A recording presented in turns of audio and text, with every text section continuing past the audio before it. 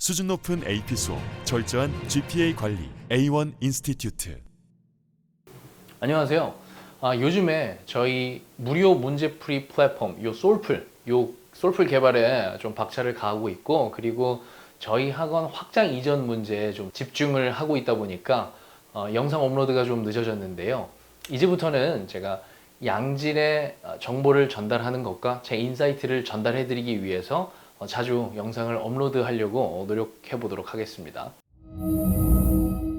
자, 오늘 저랑 한번 보실 내용은 AP 테스트에 관해서예요. 5월과 6월에 시험을 보다 보니까 이제 코앞으로 다가왔는데요. 여러분들이 잘 아시다시피 이 페이퍼 시험과 디지털, 컴퓨터로 보는 시험, 이렇게 두 가지가 있다고 생각하시면 되겠는데, 이 정보에 관련된 내용은 우리 학생들이 컬리지 보드에 들어가서 쭉 한 번만 정독해 보면 명확하게 알 수 있게 설명이 되어 있기 때문에 한번 읽어보시길 권장해 드리겠고요. 저는 단순한 정보 전달보다는 제가 생각하는 우리 학생들이 어떻게 이 시험을 준비해야 하는지, 그것에 대해서 오늘 집중을 해보려고 합니다. 자, 시험 형식을 보시면요, Administration 1, 2, and 3 이렇게 세 가지로 크게 나눠져 있고, 각각 날짜도 달라요. 원 같은 경우는 5월 3일부터 17일 사이에 시행되는 시험이고, 무조건 페이퍼로 시험을 보죠. 이 페이퍼 시험이라 하면 예전 전통적인 시험 방식과 동일한 시험이라고 생각하시면 되겠고요. 그다음 두 번째는 5월 중순서부터 말까지 시행되는 시험인데, 학교에서 페이퍼로 시험 보거나 학교에서 디지털로 시험 보거나 집에서 디지털로 시험 보거나 이렇게 선택을 할 수가 있겠죠. 그리고 세 번째 같은 경우는 가장 늦는데 이게 6월 1일부터 11일 사이에서 시행되는 시험이고, 옵션은 Administration 2와 동일합니다. 그런데 과목이 다르죠. 이 2 같은 경우는 학교에서 페이퍼로 봐야만 하는 시험이 제2외국어, 그 다음 Physics, Chemistry, Calculus, Statistics, Music Theory 이렇게 있고, 이 3 같은 경우는 학교에서 페이퍼로 봐야 되는 시험이 제2외국어하고 뮤직 티어리만 이렇게 돼 있다고 보시면 되고, 왜 항상 제2외국어, 이 세컨드 랭귀지 같은 경우는 왜 페이퍼로 보게 되냐면, 요즘 모바일 디바이스가 좋아져가지고 이렇게 사진만 찍어도 전부 다 번역이 가능하잖아요. 그래서 그거를 방지하려고 한다고 하네요.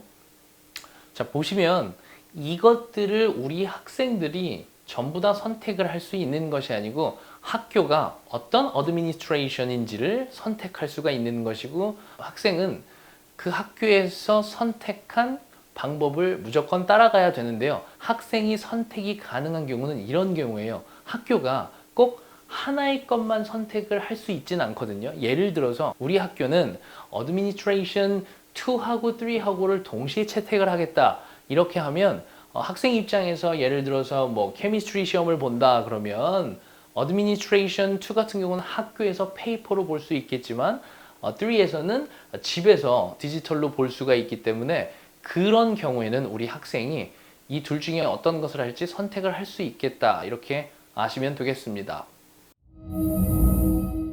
이미 우리 학생들이 어떤 시험으로 볼지 선택이 전부 다 끝났기 때문에 제가 어떤 시험을 어떻게 보는 게 더 좋겠다라는 말은 안 할 거고, 그리고 이 시험 시행하는 방식에 대해서 제가 자세히 설명드릴 생각은 없습니다.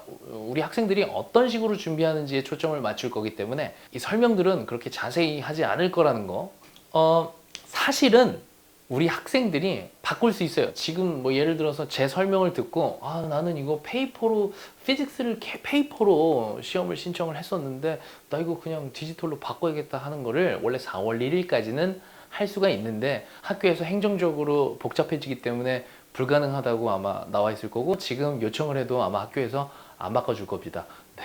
그래서 지금 자신이 선택되어진 시험에 어떤 식으로 준비를 해야 되는지 거기에 초점을 맞춰서 한번 보시도록 하시죠. 그럼 크게 이렇게 세 가지 종류의 시험이 있다고 생각하시면 됩니다. 학교에서 페이퍼로 시험 보는 거, 예전이랑 똑같이. 학교에서 컴퓨터로 디지털 시험 보는 거. 그럼 집에서 디지털 컴퓨터로 시험 보는 거. 2020년 5월에 시험 봤던 거랑 비슷하게. 그런데 좀 다른 점은 2020년은 뭐 팬데믹 상황도 있고 하다 보니까 학교에서 이 배운 부분이 워낙 적다 보니까 시험 범위도 줄어가지고 약식으로 시험을 보고 그랬는데 지금은 full length라는 거. 그게 2020년과는 다른 점이라고 보시면 되겠습니다. 그리고 지금 여기 컬리지 보드에선 뭐라고 얘기하고 있냐면 이 세 가지 시험 중에 학생이 어떤 시험을 봐서 점수를 받은 건지는 대학에서는 알 수 없다고 이렇게 공지가 나와 있는데요. 그러면 아주 공평하게 채점이 될지는 뚜껑을 열어봐야 될 것 같습니다. 학교에서 디지털로 보는 거는 2020년 때랑 조금 다른 게 학교에서 프록터가 아주 철저히 감시를 하고 뭐 다른 치팅 같은 거를 못하게 할 거기 때문에 큰 문제가 될 것 같지는 않습니다. 하지만 이 디지털 시험인데 집에서 보는 시험은 여전히 문제가 좀 될 수가 있어서 그것에 대해서 한번 생각을 한번 해볼게요. 이 디지털 시험의 장단점을 한번 먼저 살펴보고 말씀을 드릴게요. 이 디지털 테스트를 보게 되면 일단 이게 처음에 FRQ가 줄어든다.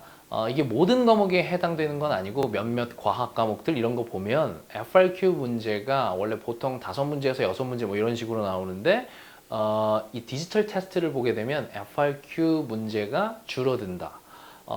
서밋 하는데 어느 정도 문제가 좀 생길 수가 있기 때문에 이 문제가 줄어들고 MCQ 문제가 많이 객관식 문제가 많이 늘어나서 시행이 되겠다 이렇게 보시면 되겠고, 근데 이게 FRQ가 유독 약한 학생들한테는 굉장히 큰 장점이 될 수 있는데 보통은 MCQ가 좀 어려워서 FRQ에서 점수를 만회하는 학생들도 굉장히 많기 때문에 이게 장점으로 작용할지 단점으로 작용할지는 학생에 따라서 좀 다르겠다 이렇게 보시면 되겠습니다. 그리고 디지털 테스트들은 보통 날짜가 좀 늦기 때문에 이거는 변함없는 장점이라고 보시면 될 것 같아요. 하루라도 늦게 보는 게 공부를 하루라도 더 많이 할 수 있기 때문에 이거는 무조건 장점이라고 생각하거든요, 저는. 그래서 그런 장점이 있다 이렇게 보시면 되고, 그 다음에 FRQ 제출이 작년 같은 경우에는 사진을 찍어서 업로드해야 되는데 어떤 학생들은 좋은 사진기로 했더니 뭐 용량이 너무 높아서 업로드가 안 돼가지고 시간 안에 업로드를 못해서 문제가 생기거나 아니면 좀 버벅돼가지고 제출을 못하거나 이런 일들이 일어나다 보니까 이번 연도에는 아예 사진을 찍어서 제출을 하지 말고 학생들이 타이핑을 해서 제출을 할 수 있게 하는데, 여기서 문제는 수학이나 과학 같은 부분에서는 이 심볼 같은 것들이 있잖아요. 뭐 이런 것들을 타이핑을 할 수 있게 심볼을 만들어 놨다고 하니까 이 부분은 좀 연습이 필요하지 않을까. 그래서 기기에 좀 약한 친구들이 있잖아요. 이렇게 타이핑도 좀 느리고 이게 디바이스에 좀 약한 친구들은 디지털 테스트가 조금 단점이 될 수 있겠다 이렇게 생각하시면 되겠고, 그리고 이게 제가 생각했을 때는 가장 큰 단점입니다. 그러니까 1번을 풀고 2번을 풀고 이제 페이퍼로 볼 때는 다시 앞으로 돌아와서 틀렸던 거 다시 한번 확인해보고 할 수 있잖아요. 하지만 이 디지털 시험은 치팅을 방지하기 위해서 한 문제를 풀고 그 다음 문제로 넘어가면 앞 문제로 돌아갈 수가 없습니다. 그래서 헷갈리는 문제가 나와도 그냥 찍고 넘어가야 돼요. 근데 제 예전 영상 보시면 아시겠지만 저는 모르는 문제를 전부 다 스킵해 놓은 다음에 마지막에 몰아놓고 그것들만 따로 다시 푸는 방법을 써서 학생들을 고득점을 많이 유도하고 했었는데요.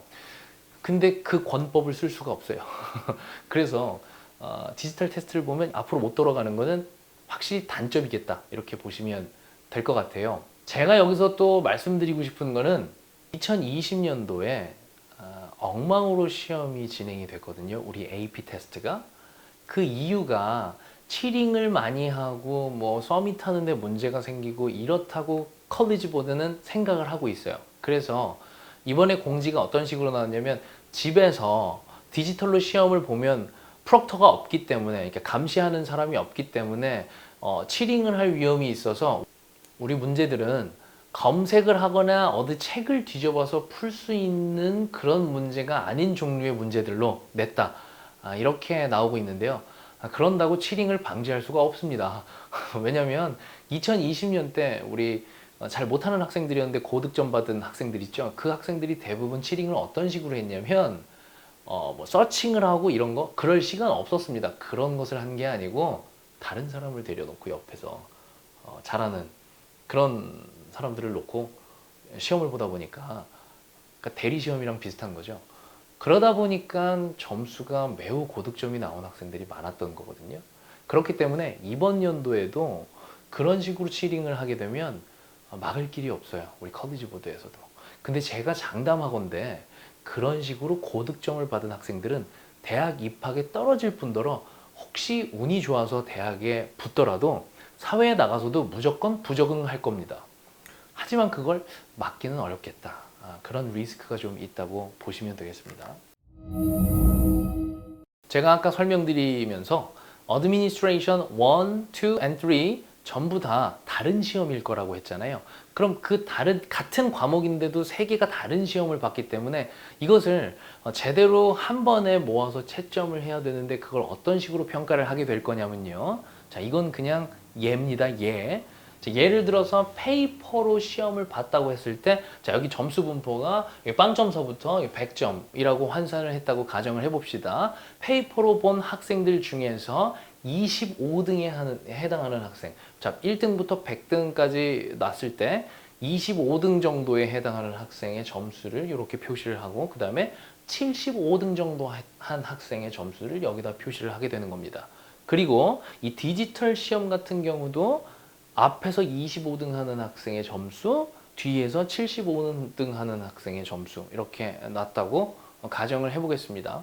제가 왜 디지털 시험에다가 점수를 높게 놨냐면 2020년 때 그래서 각종 부정행위가 있었기 때문에 고득점인 학생들이 굉장히 많았었거든요. 그래도 이번에도 엄청나게 많을 것 같진 않지만 그래도 꽤나 고득점자가 많이 나올 거라고 예상을 하고 있습니다. 그래서 이런 식으로 두 시험이 다르게 진행이 될 거고, 시험지가 다르고 점수 분포가 다르잖아요. 그래서 이 점수들을 보정해서 하나의 기준으로 만들어야 됩니다. 그래서 어떤 식으로 보정을 하게 되냐면 이렇게 가운데 얘랑 얘 중간 점수, 얘랑 얘 중간 점수를 이렇게 놔서 요 점수를 요걸로 환산을 하고 요 점수를 요걸로 환산을 해서 75등부터 25등까지 점수를 내고 나머지는 이 비율에 맞춰서 점수가 들어가게 되겠죠.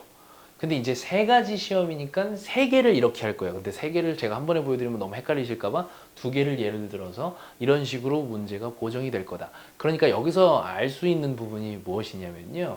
우리 만약에 페이퍼로 본 시험인 학생들이 평균 점수가 조금 더 낮다고 가정을 하면 아마 본인이 본 점수, 자기가 느끼는 것보다 점수가 올라갈 확률이 좀 있고요. 디지털 같은 경우는 자기가 본 점수, 나 이번에 시험 되게 잘 본 것 같은데 했는데도 점수가 내려갈 확률이 조금 있다는 거죠. 자, 가정은 페이퍼로 본 학생들이 평균이 조금 더 낮았다고 가정할 때, 자, 반대 경우가 일어날 수도 있기 때문에 그것도 한번 생각을 해보셔야 됩니다. 집에서 디지털 시험을 보게 되면 각종 치팅에서 이렇게 자유롭지가 못하기 때문에 정말 공부 열심히 해서 준비 잘하는 학생들은 내가 생각한 것보다 점수를 좀 더 많이 받아놔야 돼요. 점수가 좀 내려갈 수가 있기 때문에 내가 생각한 것보다 정말 고득점을 받아야 된다. 이런 주의사항이 있을 것 같고요. 그리고 우리 페이퍼로 보는 학생들 같은 경우는 예전 선배들이 그냥 보통 페이퍼 시험 봤던 시험 준비하는 것처럼 그대로 준비를 하시면 되겠습니다. 제 생각을 좀 정리를 해보면요. 이번 AP 테스트는 깊지 않은 문제난이도, 제가 왜 깊지 않다고 했냐면 이 depth가 깊으려면 좋은 인력의 선생님들이 고민을 오래 해서 문제를 내야 하거든요. 근데 예전과는 다르게 한 과목에서 여러 개의 테스트를 제출해야 되다 보니까 재정적으로는 한정이 있고요. 인력을 무한정으로 돌릴 수가 없기 때문에 아마도 depth가 그렇게 깊은 문제가 나오기는 쉽지 않을 겁니다. 그렇기 때문에 우리 학생들은 어떤 식으로 공부를 하는 게 좋으냐면 예전 FRQ에서 나온 depth가 깊은 문제들이 있어요. 그런 것들을 계속 공부해서 깊게 들어가기보다는 기본적인 베이지컬한 컨셉을 여러 번 반복해서 공부하시는 게 이번에는 도움이 많이 될 것 같고요. 예외적으로는 범위가 줄은 과목들이 있어요. 뭐 피직스 1 같은 경우는 범위가 줄었는데 그런 과목들은 범위가 줄었기 때문에 난이도가 살짝 올라갈 수가 있어서 그 부분은 좀 주의하셔야 될 것 같고, 그 예외적인 상황 말고서는 말씀드린 것처럼 뎁스가 깊지가 않을 거기 때문에 베이지컬한 컨셉트를 계속 반복적으로 공부하는 것이 우리 학생들한테 도움이 많이 될 것이다. 그리고 두 번째 같은 경우는 우리 디지털 테스트가 작년에는 종이에다가 이렇게 써가지고 사진을 찍어서 업로드하는 방식이라서 사실 익숙한 방식이죠. 지금은 타이핑을 해야 되고 그리고 뭐 심볼을 입력을 해야 되기 때문에 연습을 철저히 하셔야 됩니다. 그 연습할 수 있는 기회를 4월 달에 컬리지 보드에서 제공을 하고 그 연습 테스트를 보게 하기 때문에 그것을 진짜 시험인 것처럼 생각하고 아주 연습을 열심히 해놔야지 우리 학생들이 시간 안에 전부 제출을 할 수 있을 것이다 라고 생각을 하고, 그리고 MCQ 같은 경우도 앞으로 돌아갈 수가 없기 때문에 우리 학생들이 예전이랑 똑같이 공부를 하면 안 되고 이 시험에 맞게 연습을 해야 되기 때문에 하나 문제 풀고 다시는 절대 돌아가지 않는 그 연습을 계속 지속적으로 하셔야 됩니다. 우리 학생들의 스탠다드한 실력을 평가할 수 있는 시험이 많이 줄어들었기 때문에 GPA와 AP 테스트 이것들이 많이 중요해지고 있다는 거 아시죠? 그래서 이번 시험은 여러분들이 우리 학생들이 집중을 해서 좋은 점수를 받아야지만 우리 대학을 갈 때 좋은 성적을 어필할 수 있다. 이걸 꼭 명심하시길 바라고, 아직 4월이 안 됐거든요. 아직까지 시간이 많이 남아 있습니다. 지금부터 차분히 준비하셔도 충분히 만점을 받으실 수 있기 때문에 철저하게 준비하시기 바랍니다. 감사합니다.